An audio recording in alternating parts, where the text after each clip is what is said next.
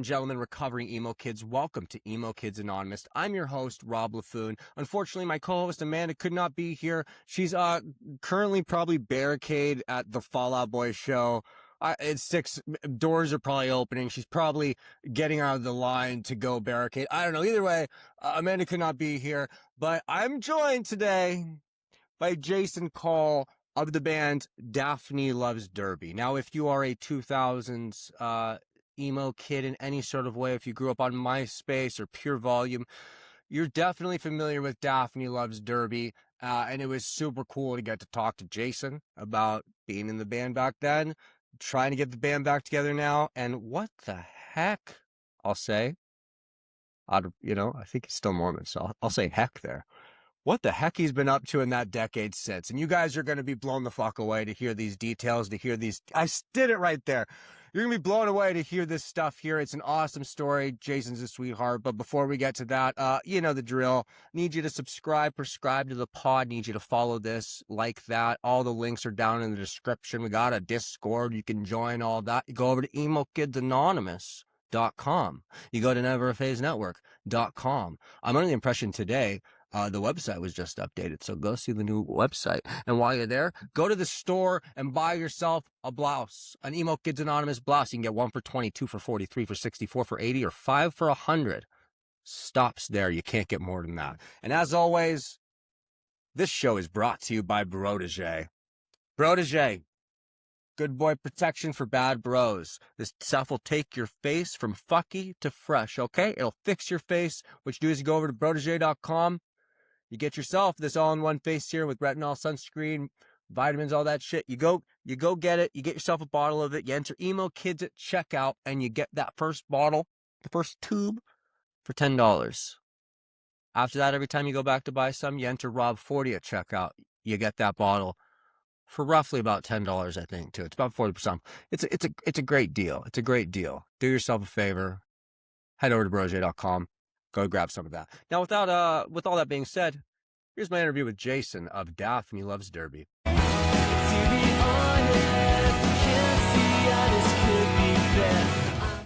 It's really, really honestly kind of exciting. A bunch of my friends in my general age range, middle age, mid-30s people, like Daphne Loves Derby was a very fucking cool band. And there's a cool story here. And imagine a lot of our younger listeners might not know the lore. So I guess to start with, introduce yourself and tell us who was Daphne Loves Derby, and I guess we'll start from the beginning because there's a lot. Yeah, so I'm Jason. I helped start the band with Kenny and Stu. So I did bass, Stu did drums, and then Kenny was a couple years older than us, did most of the songwriting, all the lyrics, and he was our front man. So we started really young. We all kind of had bands. That was a thing that we did back then. So we're talking like, I was gonna say, what year is this then? We're yeah, talking let's like place this. 02, 03. You guys are starting maybe? Or like our bands are forming like before the year 2000 even, like in damn. elementary school. Like Stu and I started playing together in like 3rd grade. We were buddies on the playground. So I was thinking about this the other day, how there was a time when we had like every single class together in school. Mm-hmm. And like we had jazz band and normal band, and then we would jam at band practice, and we just had so much time together. When you add up all that time over the whole length of school, it's like you could be a pretty tight rhythm section. So Stu and I had our thing going on. We just loved music, and then Kenny was we were in junior high, Kenny was in high school, and he was the cool guy. He was his band was they just wrote awesome songs. They had amazing stage presence. So we're talking like throwing shows in the garage and like someone's house party when their parents are out of town. And this is in Washington, right? Kent, Washington? Washington, yeah. Okay. Kind of like between Seattle and Tacoma. Okay. And Washington at that time had a lot of cool things going on. kind of the kings of our scene was Gatsby's American Dream. Yeah. Uh, There's a they chunk of those bands. My good buddy King Justini was really into them. Like I called it like the Casey Bates sound, almost like that. exactly Casey Bates. He was kind of the guy behind it all. So he had basically in the band with Gatsby's, they put out, some songs and we all just were drawn to them. So the other bands who were around then were probably like this Providence, Mm-hmm. Amber Pacific, Sick. Emery. Emery, yeah. Shout out Emery. They just got announced for 2026 Warp Tour. I think my, Yes, my buddy Ben is their booking agent, I think. Yeah. that's so cool because they were just killing it back then, and to see them doing it now, they're tracking at a studio that I've done drums at. So it's fun. Sick. Fun that everyone's still playing. Forgive Durden. Forgive Durden. Oh my God, forgive Durden. My buddy King Justine and I was looking at the Bamboozle lineups like a couple weeks ago, and I was like, oh, like you guys played '08, and I was there in '09, and I remember like we skipped 50 Cent because we wanted to Ha, watch what's Thomas? Is that his name? yeah, Thomas. Yeah. Yep. We wanted to watch him, Thomas Dutton, right? Yeah. He did the Razzia's Shadow front to back. Oh, that would have It been was so sick. cool. Yeah, I got a picture of us. I'm like 19, a little chubby with like, highlights in my hair. Like, Yeah, so you're like what, 4 or 5 years younger than yeah, when this is probably. all. Yeah. I'm 36. So yeah, I would have been like, yeah, just a couple years younger. I'm 39. Yeah. So there was like acceptance then. Obviously there's so many, we can't name them all, but they're all kind of riding this wave and Casey Bates is pushing this sound or at least this like ability to translate home demos into something that sounds really good, Hmm. you know. Um so it was just kind of a really cool time where a lot of things hit perfectly at once. To say very rarely does it's kind of like, like you mine for gold in an area, you kind of run out of the natural resources. Eventually the well runs dry. It's like, well, Seattle, like the Seattle thing was so big a decade before that. And then like it kind of came and went, and then it kind of happened again. Also like more in the indie world as well. I think of like are the Shin Seattle? The shit. Oh yeah, the whole like all that stuff. I Yeah. think of like the second round of Sub Pop, yeah, like and plus like our worlds, like kind of like I call it like indie pop, like the more indie pop punk, which I'd say you guys fell into as well, where it's like a little more technical, a little less like frantic emo, but like a little more, like it combines them very well. But like you guys were doing like even like on that first record, even you guys are doing things like rhythmically that wasn't common in, let's say, like pop punk, but it wasn't Jawbreaker or something. Right. Yeah, we just like to listen to cool music and we would try to emulate it. So Eagles was one, James Taylor. Uh I don't know. We just had some of these shared influences, so it allowed us to just kind of like have Mash them building up. blocks. Third Eye Blind was a huge influence back then. Sick. I mean, every band like claims that Yeah. they love them, but Yeah. anyway, yeah, our music was, I think we just like wanted to try different things and all of our releases are kind of different.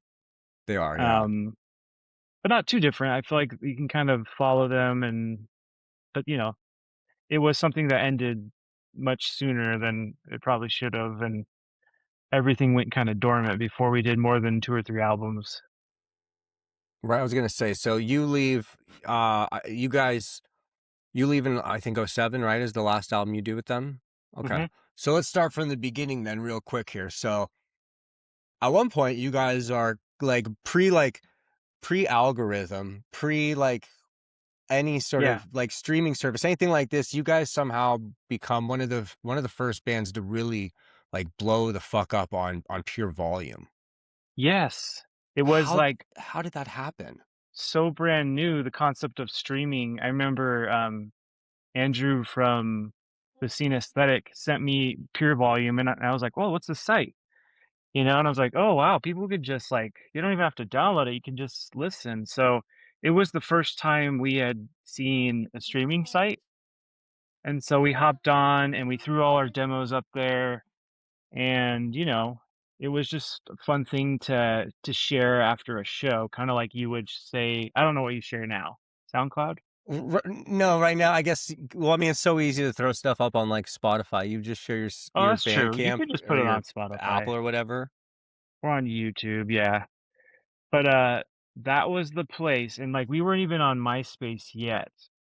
It was just Pure Volume, and I don't know exactly how it happened, but yeah, we kind of like went viral in that we were getting like 100 plays a day.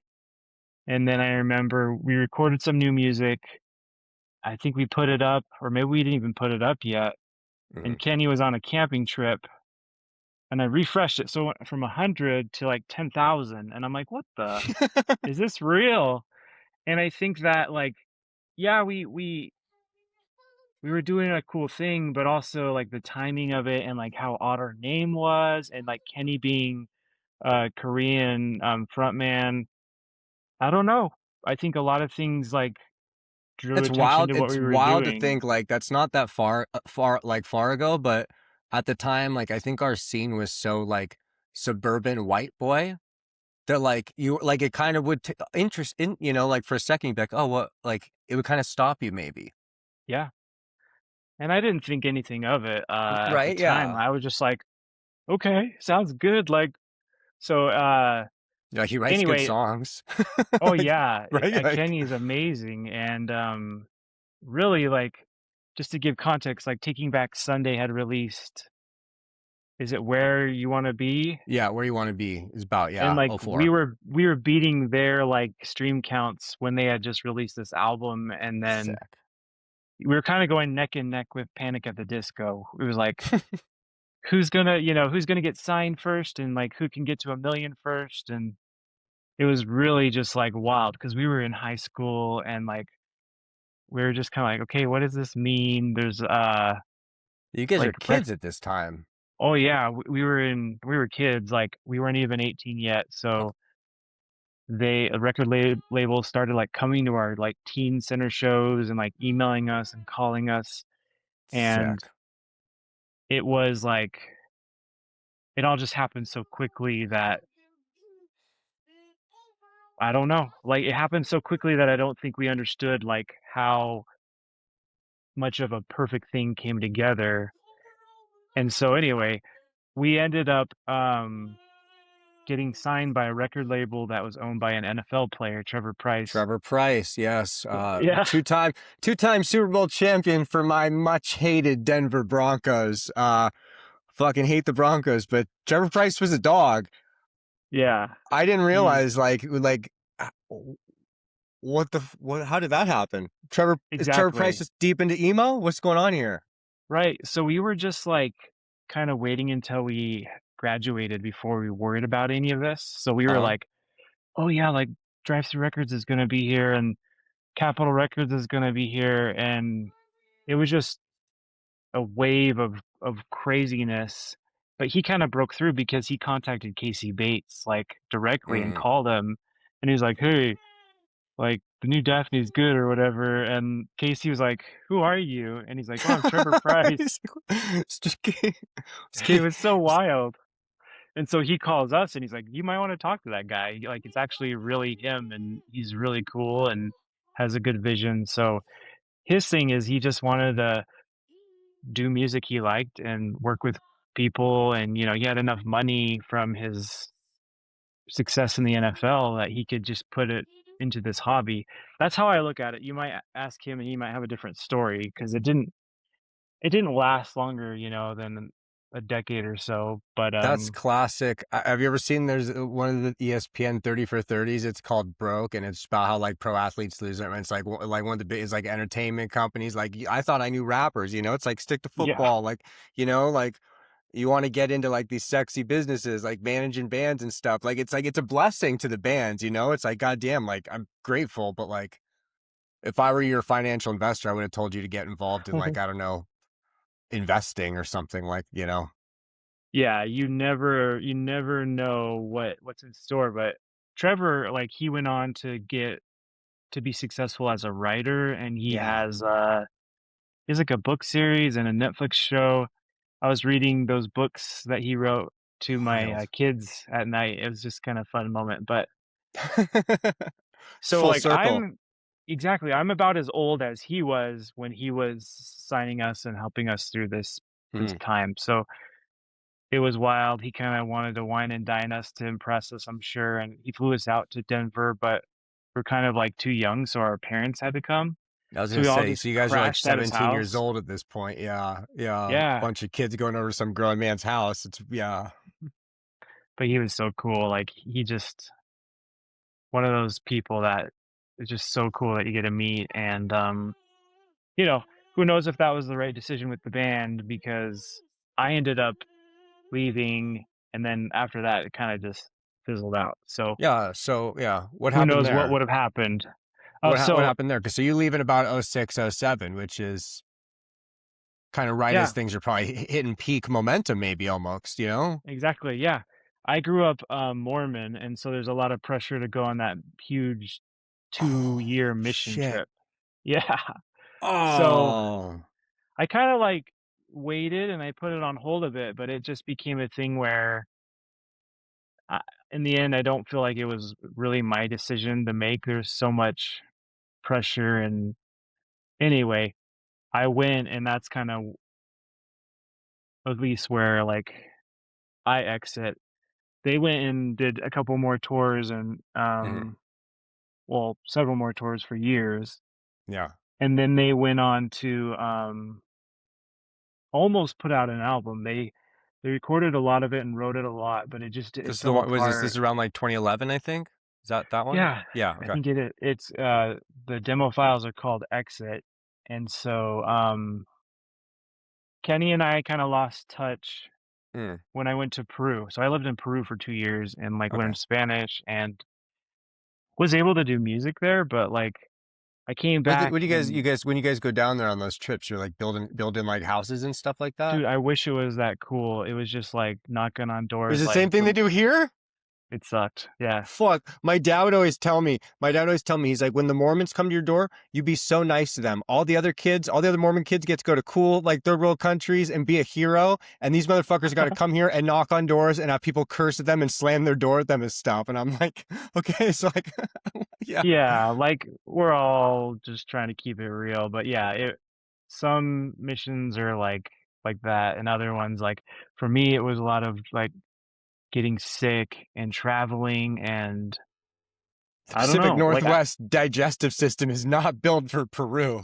yeah, I was always sick, but it was an amazing experience and I played a lot of music and I came back like, you know, I don't know.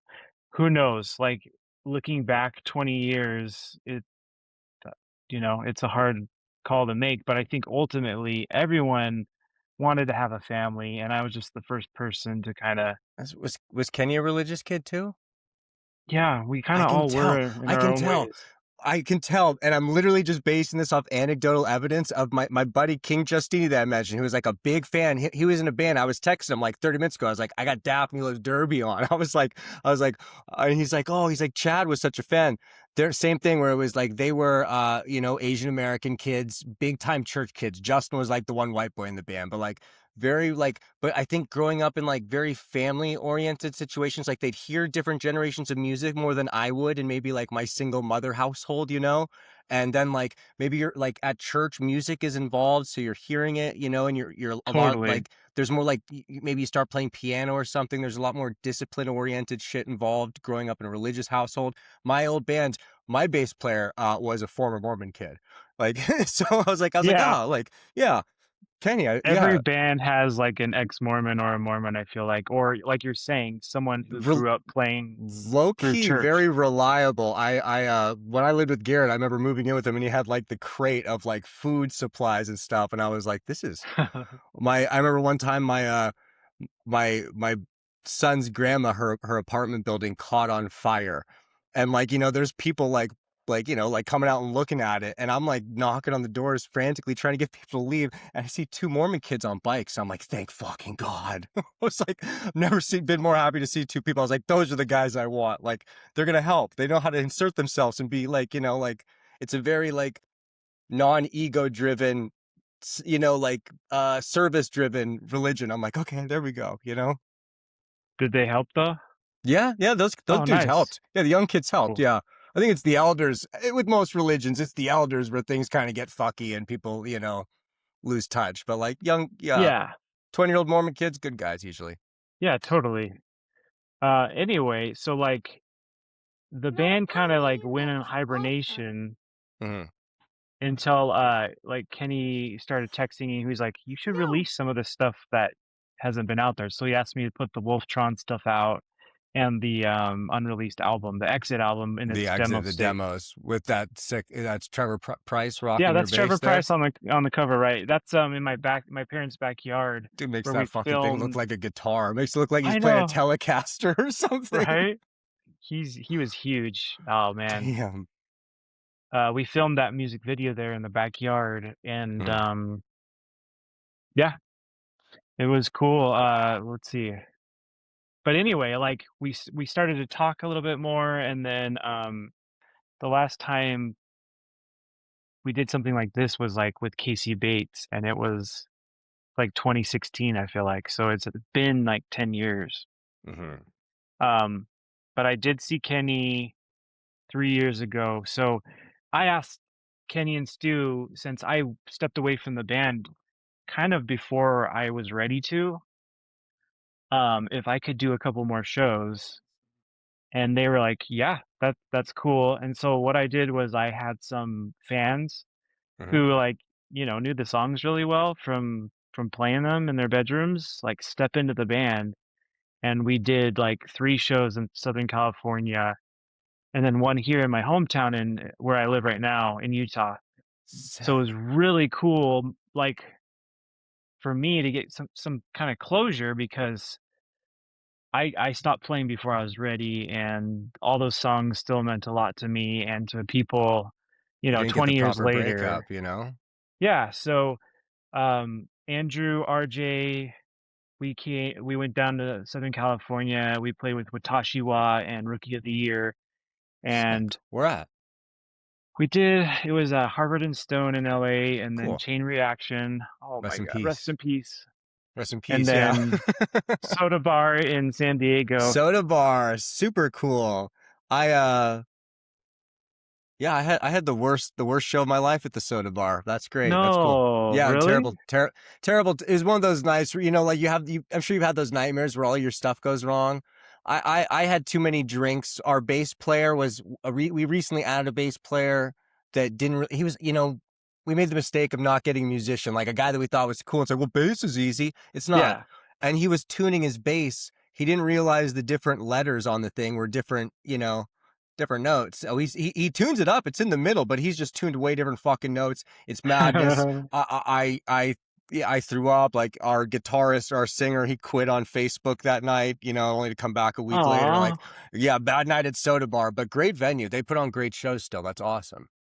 I could see that though. I could picture all those things happening in my head. Like, Yeah, where it's kind of got the bar, like as you're looking out, it's got the bar like in the middle part there. yeah, Like, in the middle. yeah, yeah. That's so cool. So You're out. it was you and literally like you like crowdfunded or crowdsourced Yeah. the rest of the band, and Kenny and them are just like, yeah, go for it. Yeah. So he couldn't make it out to the show. They lived in Southern California, but they invited us over to their house. So I got to meet. So we were at his wedding, and then my wife and I had our first kid like days after. Like she was overdue, I think, when we were all dancing there. And so we hadn't really seen them, and it was so good to be in their home, and like Kenny just put his arm around me and say I love you, and just like be together, and like we jammed on some of his instruments for a while, and his kids were playing, and it was just a beautiful moment. And That's so sick. that's kind of where we left off. It's been a few years. I'm the only one who's like doing music actively, but like I kind of start because I left the band kind of first. I'm starting to come out on the other side of like my kids are old enough to just be okay upstairs playing Zelda while we do something like this. And so there's opportunities to record and, produce new music. So we text And Kenny, he'll say like, "Do you want to do a show?" And we're all like, "Yeah." And then it just dies down. So I've given up on it, but I also think that it could totally happen. I just don't want to I don't want to carry this because I just love it so much and it hurts to not be on stage and not be like singing those songs.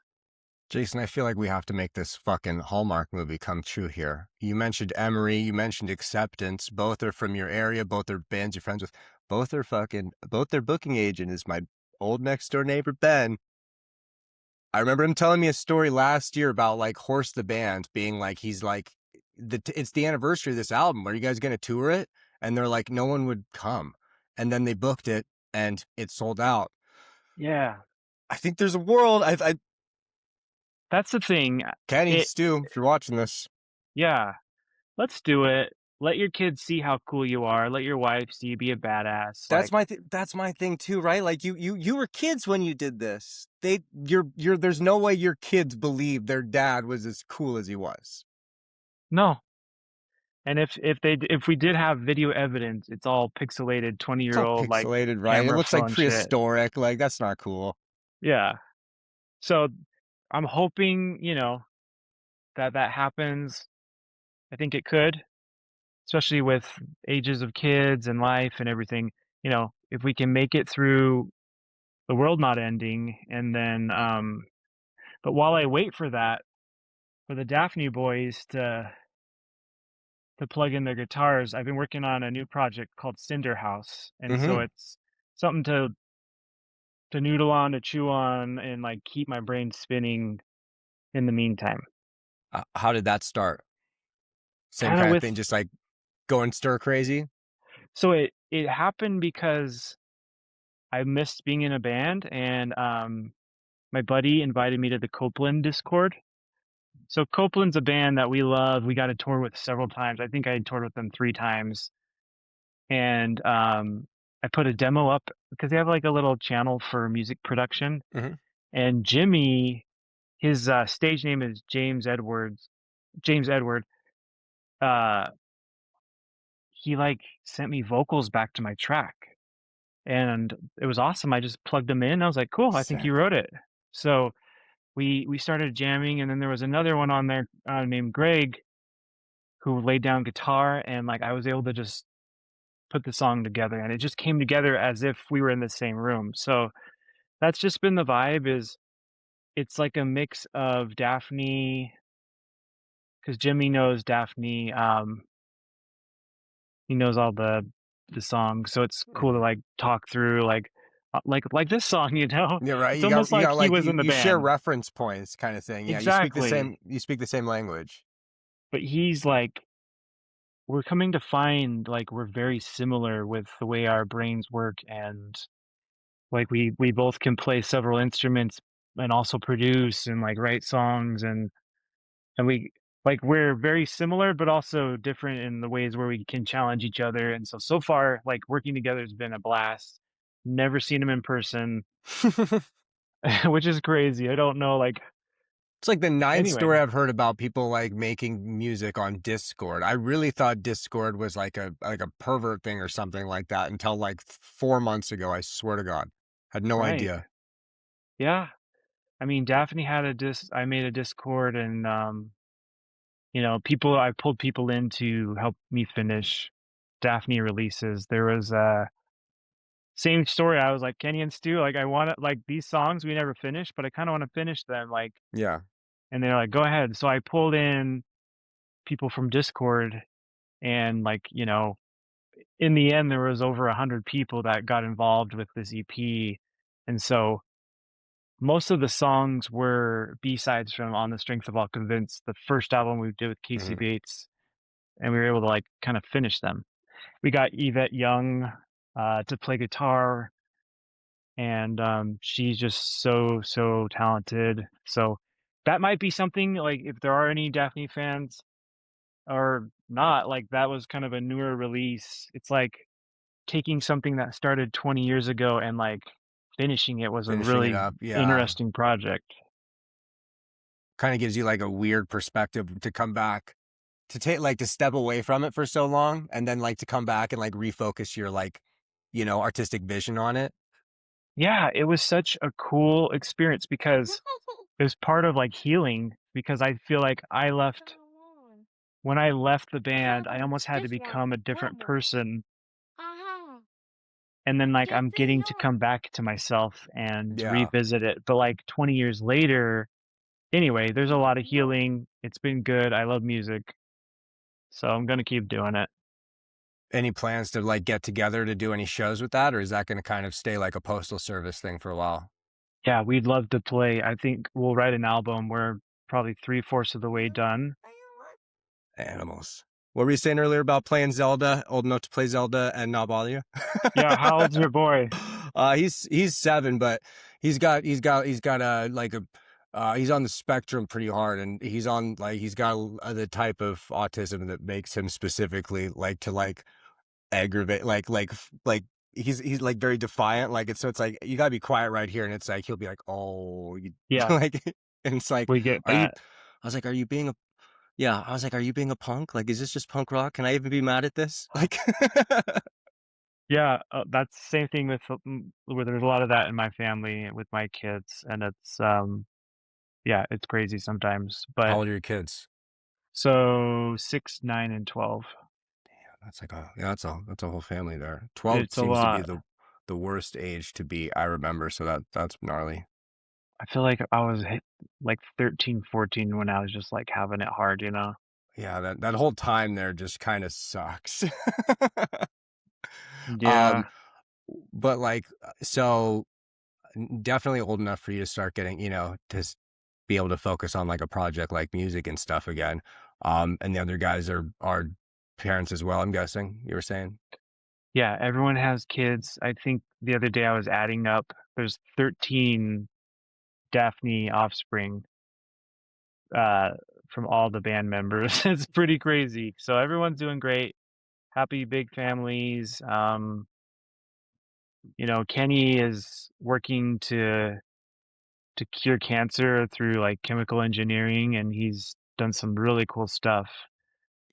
They Yeah, moved to Washington D.C. area, so I don't know. Like I don't know what he's up to, but like he is one of the smartest dudes ever. yeah, And then okay, wow. Right, yeah, he's probably like, I can't be you want me to play a song? He's like, right, I got genomes to worry about, if that's a thing. yeah. I don't know. Yeah, I'm not qualified. Well, yeah, and like it's hard to when it's not in front of you, it's hard to put, your passion into it. So I could Mhm. see he's just accomplished so much, and like there'll come a time I'm sure when he's just like actually on the Casey Bates podcast, he said it will be when he's 40. So that's like now. I was gonna say, yeah, it sounds like So he's I probably think it's about gonna 41 right happen. now.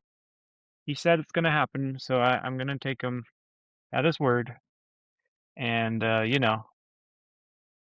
how fun would that like emo cruise be? Or just like let's just play some shows and see some Right? old Yeah, friends. like, there's so much, and there's so much like even just like we were talking to the Click Five like a couple months Oh ago, and like yeah, I they're love not them. even they're like very very adjacent to this world, but same thing where they're like, we didn't think we were gonna get a reaction, but like people remember, people be excited, like have some Daphne pop up at like some emo nights, like give the people what they want, people what they it's hammers and hearts, like Yeah.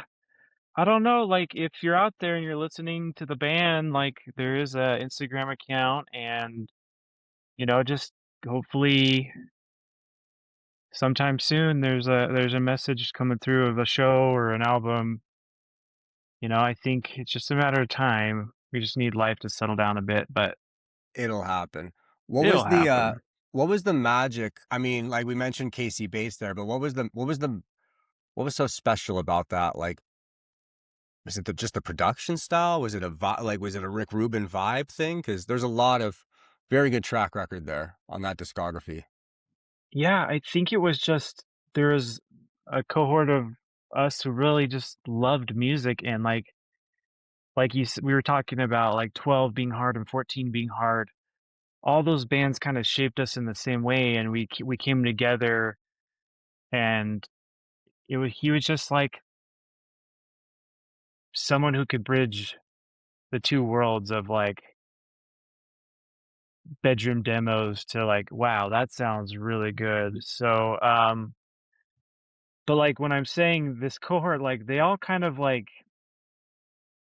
loved music in the same way. So we all like did a lot of shows. We played together a lot. We would always record ourselves and then sell our CDs at the shows, and then like whatever money we would make, we'd buy new mics and everyone would share, and so I Classic don't know. old school ways to promote, and like some of them still exist, you know, but like you'd print up the CDs and then Flyers. you know, just Yeah. It was so fun, and like there wasn't like the internet as a distraction as it is today, as like we've become like no, yeah, it zombies. was it was isolated to a room in your house, you know. Yeah. So I just am like so mind blown that like the timing of it where there wasn't like streaming was new, therefore there wasn't like a million bands trying to do that or artists Mm. or whatever. So we just kind of got hit it at the right time, and then one thing that I underestimated was like how many Asian people showed up to our shows because of Kenny. It was That pretty cool. that community, those communities run fucking deep with like pride and stuff like that, you know. Yeah, like even today, like I think our next biggest country is the Philippines. There's just like they love it over there, and like we'll play like Midnight Highway. Everyone knows that song somehow. So it would be so fun to go tour there, and even if it's an acoustic set, because like half of our songs are acoustic and I was really gonna easy say to play that way. yeah, half of it's already acoustic already, you know, like We did go to Japan 20 years ago. It was just like an insane experience of just after the first record. hospitality. Yeah, after the first record, Wow, okay, okay, that's cool. it actually, like, thinking of the dates was exactly 20 years ago. Wow, like, right now. Wow. Who was that with? Just ourselves, we went and, like, did well, there was a Japanese band that took us out Okay, called okay. Drum Can, and they shredded, and, we had a translator named Yoshi, and we went around to, like, 8 cities, and the crowd there was so cool, so respectful. Like, after you'd play a song, and they would just kinda, like, look at you and, like, not even clap really, and Right? it was, like, so much respect and, like but intensity, like, it was, like, unlike anything I've ever experienced, and I ended up getting super lost there, and, like, someone who's just working at on the corner, like, helped me find my way back, and, like, I just had a really good experience there, so it'd be cool That's to go awesome. tour there or see the Philippines or, Wichita Falls or wherever. There's good Yeah, people that we need to see. Tokyo, Tampa, you know? Like, Where so are what you was at? I'm in LA. I'm in the Valley. You know the Valley. Okay. Not quite LA, but close enough. I love California. I wish I ended up there. You know, like it's hit or miss, you know? It's hit or miss. It's hit or miss. Yeah. You know. You know, a tough time. But but speaking of like, so I didn't grow up in well I did so my dad grew up down or my dad lived in San Diego and my mom lived in Canada, and I would fly back and forth, and I have this distinct memory of reading alternative press, and I want to say there's also My American Heart. I want to say was in this issue, and I want to say there was a write up on the 40-year-old virgin in the same Yes. one, and I remember reading this. My dad was taking me to the airport because I was flying back to Canada, and I got alt pressed. And I remember reading this like in the car on the way to the airport. Like that's the first time I would have seen your name. And same thing where it's like the name got me. I was like, you know, I think I knew of My American Heart because they were San Diego, but like and same kind of band situation, like religious Asian kids, like basically, you know, like and yeah, I went. I remember a couple days later when I was in Canada and I was allowed to use the internet, like looking you up on PureVolume. Like that's what we did. Dude, that's so cool. I It's remember right. that. It was a big deal because I was like a high school kid, and I remember like going to Borders or wherever, getting the magazine, and like I think my mom still has it in my scrapbook, that little same like unsigned band of the month or Yeah. whatever it was. Yep. Which was that's crazy how things like that mattered. Like these days, there's so much noise and like It's just I things don't getting know. thrown at you, and you know, and like trying very hard to fucking make that happen. You know, I'm trying very hard to Yeah. make a place for that, but it's like, yeah, just things are so like bloop bloop. Like, I mean, you know, like absolute punk, you know, like was a big place for us as well. Like, you'd as a band, you'd want like publications and institutions, and even if we go back like a little, I guess, you know, at that era, but like record labels and things like this held like a lot more like esteem. They're kind of, you know, like if you got an alternative press, that was a big deal, and it was a big deal. Like, you know, I remember reading that, you know, like these are big deals, and like I don't think any of these things really matter as much anymore. And I don't. I think in a lot of ways that is a good thing because everyone has a fair shake, but in other ways, like n- you know, if nobody's getting that endorsement, maybe that's why we haven't had as many like mainstreamish or bands break through to the mainstream. Yeah. I always think about how different it is, and I put my solo music up there, and it's hard because Daphne, we got spoiled, and anytime I put out new music, I'm like, oh, I'm starting from zero, Right, and I it's gotta, like, yeah. but I'm like, wait, I do this because I love it, and like honestly, I do it for my kids so they have something to remember me by and to understand me, and anyway, I'm so That's glad that interesting. I. I have the same theory as well. Like my mom passed away and like I have like one voice note, like one clip of like a voicemail or something. It's like my kids will have like so many hours of me to listen to that they'll hate it. You know what I mean? Like you're not really No. gonna wonder about me in the you know, there's a lot to like uncover. Like you've created this thing that like, you know, at least until physical media and the computers take over, like at least we got at least a couple generations, like they'll remember, you know, it's a legacy. Yeah, because like, life is hard and it's also really beautiful, and what gives me peace is knowing that, someone sends me a message randomly and is like, "Your music helped me through a dark time," and that's what keeps me going, those messages. And that's why it's so cool that Daphne matters still, because it was a good thing for a lot of people. For me, for the other guys in the band I know, and for everyone who listened to the music, it was just like it was special, and it helped us feel emotions and process emotions. And I guess that was what we tried to do as a band, is make make a happy make a sad song sound I was happy. gonna say, you guys are kind of like a lot of that third wave emo kind of gets a bad rap because I think a lot of the bigger bands really focused on a lot of despair, you know, maybe the macabre, you know, like a Mike Hem or like stuff that, you know, it's not glorifying suicide, but if you're a 45-year-old Midwest parent in 2005, you know, cut my wrist and black my eyes, that surely doesn't sound like something I want my kid to listen to, you know? But like Yeah, you guys, there was something a little more, it's emotional, but there was something wholesome about it and less like it felt hopeful at the end still. we were probably just too afraid of our parents, like, like to swear or whatever. But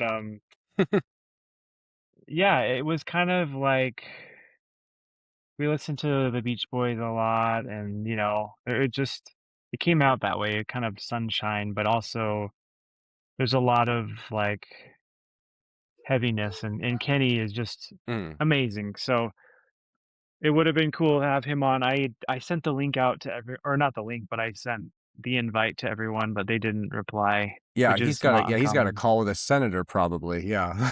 Totally. I was to say he's in DC. Like, okay. So what did you do for like the entire 2010s then? I mean, I guess it sounds like you at some point you got back from Peru, you met your wife and then had kids and you've been pretty busy until a few In years ago where you're 2010, like, right?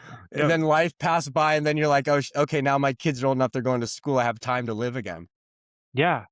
And I was just like having late nights with the baby. Like I had my guitar to try and calm him down, and then I like was like, might as well write him a song, and then might as well write him an album, because there's all these other songs and they're coming together in this way Yeah, it and I'm kind of up all goes. Yeah, night. I've already got an EP. Might as well be a full length. Yeah. Yeah. So like I stretched, a couple of songs and then I did some like interludes with instrumentals and but I kind of have like an album for each of the kids, which is cool. Like they have That's a sick. song named after them and it's like a lullaby and I got my wife to sing on it too. So we just have a really cool memento. Glad we did it. Glad all those thousands of hours learning how to use Pro Tools and clicking, billions of times and all those ideas that didn't work out. I feel pretty It paid confident off a little. Yeah. nowadays. Yeah. Wow. Okay. So, what are the three for your kids? So the I first jumped one right was called away. Yeah. I was looking. I was like, oh, it's which one? called Mariner, and then the second one's called Marathon, and then the third one is just EP. It's called I don't even know what it's called, Baby Blue or something. It's just anyway. The third boy was born with like a blood condition, and it was kind of touch and go for a while. So the the video of that song is actually a lot of footage from the hospital because they were doing a documentary on him for how rare this thing was. Oh So like shit. I kind of like was able to I don't know, that's just a really unique experience. I'm glad it worked out. The doctors saved his life. They were able to like use this footage and this story to make a documentary to then like expand the hospital. So, there's some music behind that and it was cool to be able to finally like 5 years later finish that whole song and that Oh, that's video. cool. Yeah. So that's, music for me now is just something that I do when I can, but it would be cool to do more and more, as a producer or with Daphne or as more Cinder House songs are coming out. What do you, what were the bands? I mean, you guys mentioned collectively there was, a lot of those influences from the early 2000s, but like here in 2026, what is on your playlist now? I guess, yeah, I Like was gonna newer say like, stuff. yeah, like, like what would have been on your, your burnt CD in your car back then? I guess the modern equivalent is what's on your Apple Music most played, I guess. So I'm loving the new starting line. I have it here in the background. Eternal Youth. They, they're great. One of the best from that time frame. Yeah. So good. And that was like one of the only albums I smuggled into Peru was Direction. And so like I used to listen to that like and Oh, sneak it in that because night you're and not like supposed to listen to, you're not supposed to take in any sort of your like worldly stuff, right? You're not even supposed to like talk to your parents that often. no, just That twice a year. your contraband was Kenny Vasoli. Yeah. I would like sit in the fetal position and listen to that album and like it really did get me through all the hard moments. And so when people say that to me about Daphne, I understand like what music can mean and how it can get you through a hard time. But Yeah, um you've been there, and I think a lot. I think especially in the 2000s, I think there was a lot more like like yeah, like maybe kids that weren't allowed to listen to certain music as well, kind of thing. Like a lot more religious influence at the time, at least like culturally maybe. And yeah, yeah, like it's like I want to listen, and there's only maybe so many bands you could listen to, and maybe Daphne was one of them because you guys were good kids that didn't curse on your records. Like yeah, those kids needed you. yeah, it's crazy. Uh Bands that I'm obsessed with now, like there's this new band called Valley Heart. Um it just sounds like a band that would have come out in that Seattle scene. Interesting. So when Valley I Heart. listened, yeah, Valley Heart. Kevin Kline is the songwriter there with some other really great guys. And then there's one called Vacation Manor that like they're not so much emo, but like their just songwriting is solid. Gosh, what am I loving? But I listen to like Loathe right now, like tons of Loathe, like just hard metal stuff. It quiets my brain. So Interesting. I don't know. Right now, I listen to a lot of my own music. Like because I'm so busy. I'll get like 5 minutes to like make a tweak, and then I'll bounce it out, and then I'll go, on a run and listen and be like, oh, that needs Mm. like pipe organ or whatever. So it's like producing in like little chunks. So I do listen to a lot of the songs, and I'm excited. I can't wait to just get them out and you know, play some shows again. I think, We would yeah. probably do one here in Utah. We would do one in Las Vegas, and then one in Detroit where Jimmy's at. Okay, okay. We can That's. come to SoCal too, for sure. I was gonna say, yeah. Eventually, make your way here. I mean, there's a lot of festivals and things popping up. They need bands. They need people to fill these spots.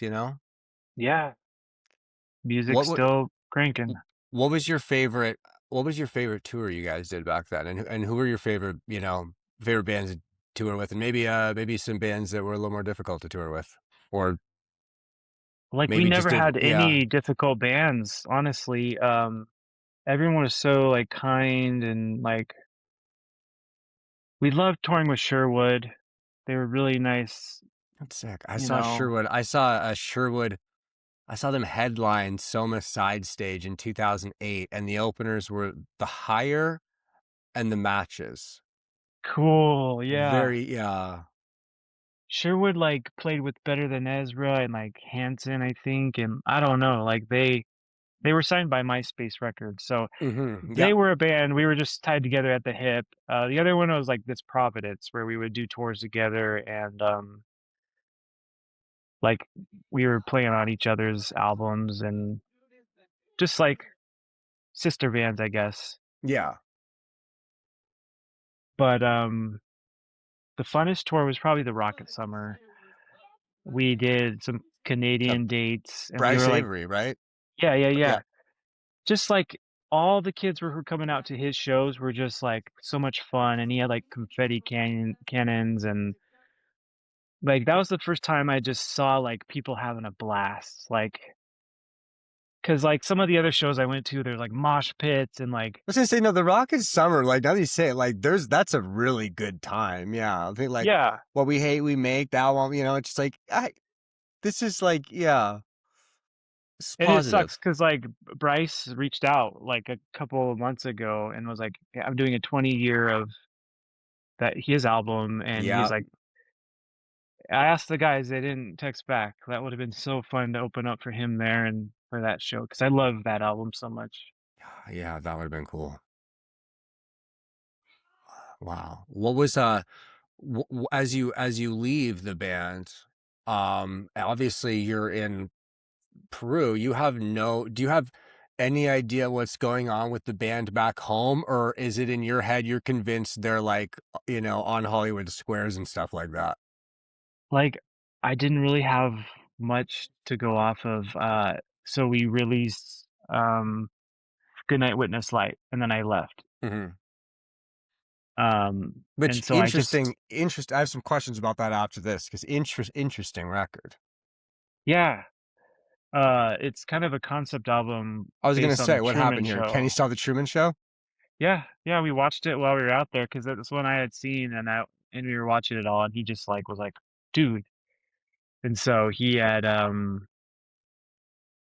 just like put it all together, and we worked on the themes, and I mean it's not overtly that's like No. what it is, but there's several nods to the Truman Show and to Robert Frost poetry and classic rock, and I don't know. We were listening to a lot of the format, and we wanted to use a bunch of instruments, and we were stoked on the A Fever You Can't Sweat Out by Panic at the Disco. So that's why we went to go work with Matt Squire.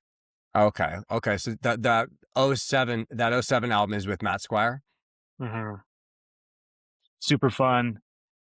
Uh, but like, yeah, we just fizzled out when I left, and they trying to think what other tours they did. They did some really cool tours, but I think it was Warp Tour was the one that was like Kenny was like, I don't want to do this anymore. Let's go home. And I think they actually dropped out because it was just getting to be so hard. And it is hard, man. That's a grind tour, and also I especially back then, financially speaking, I don't think it was the greatest deal. You're out in the middle of nowhere in parking lots, just cooking all day. Yeah. That's hard. That's hard living, especially if you're not one of the big bands. Like, did you guys have? Would they have had their own bus? We never did, like, we thought about it, but we just wanted to save the money because Yeah. we're like, we don't need that." So, but we used our first advance from the record label to buy a tour bus, and then we ended up rolling it, a couple tours later and totaling it, and, it's crazy to, like, look back and think about what we did. I played those 3 shows, uh and like I was exhausted. I can't even like believe that we would do that for like Your 2 months back's on hurting, end. right? You're like, fuck. Yeah, It's like I was doing like I was piggybacking my kid, my 6-year-old. Like, like, like that's tough. yeah. But I also miss it, and there's no reason why we can't guard for a couple weekends and meet in someone's living room and just play these really cool songs that mean a lot to people and to me. And even if they're not Daphne songs, like let's meet up somewhere and play some dashboard and some all Oh that yeah, stuff. Jason. Beautiful. Beautiful. Is there a message or anything like that besides that you'd want to, as because even in my group, my buddy Kyle, I think he was talking about you guys last week, and you guys reposted him, and I was like, did I mention like that I was talking to a buddy from Daphne to you? And he's like, no, I love that band, and I was like, I could tell that you would have liked Daphne Loves Derby because if you're right in that age from like 32 to 39, My boy guys were Kyle. yeah, right, yeah. No, I would just say, like, if you like the music, like, reach out and let's chat, and, you never know what can happen. Sometimes fans are in the band, and sometimes, We've seen it. I'll put some more music out, and let's just keep chatting, and, that's why I love what you guys are doing. It's cool that we bring attention to this space and the scene because Yeah. it means so much to me and a lot of people, so thank you for Well, doing that's what you and do. it's funny. I see it like I literally was saying I was talking to this my friend Madison from Augment the Nerd last night, and we're like, we're pious here, like we're almost monk like, like I'm a 36-year-old man. I could do a podcast. I could do a political podcast and prey on people's emotions or something like that, and I could make some money or something like that. But it's like no, like this world gave something to us. We need to give something back. Like I understand that's making this all maybe to be a bigger thing than it is, but I didn't. You grew up in I didn't grow up in a religious household. I don't have. I didn't have like. I feel like there's a void left when you're not religious. And to me, I say rock and roll feels like my God hole in a sense of like, this Good. is this is the community and the church. This is the world that gave this to me. And it sounds dumb to be like my service is putting my face on the internet for 5 hours a week, but it's like that's all I know how to do. Let me help.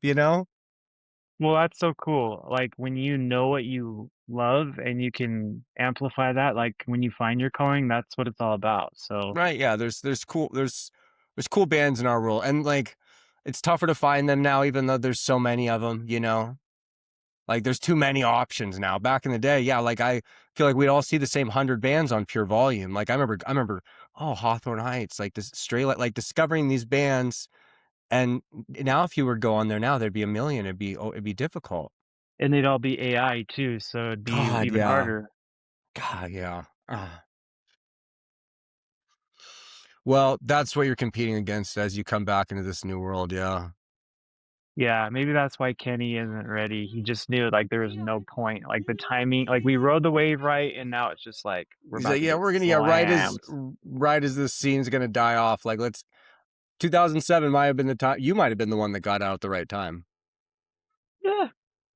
Either way, everyone is doing great. Like I just want everyone to know that like we will never forget the people that we met on tour, and please send a message and cross your fingers someday that everyone can make it happen and we get in the same room and help these melodies find their songs. Beautiful. Thank you for joining me, Jason. I appreciate you a lot. Love you, bro.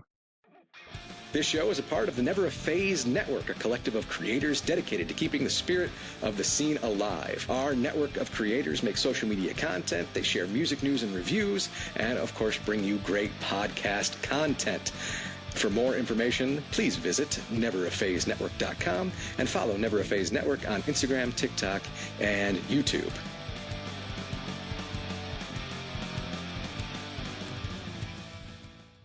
Hey man, it's your boy Petty Hendrix, man. You tuned in to Emo Kid Anomalies. Check it out, you did.